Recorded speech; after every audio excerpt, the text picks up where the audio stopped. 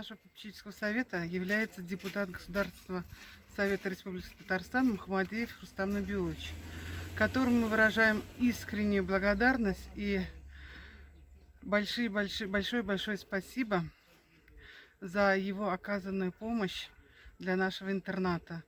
В прошлом году он нам подарил гладильный станок, сушильную машину, стиральную машину общей стоимостью более 600 тысяч рублей.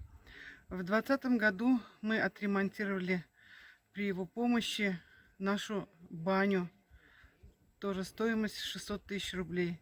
Постоянно оказывает помощь в приобретении посуды, к нашей книжной библиотеке.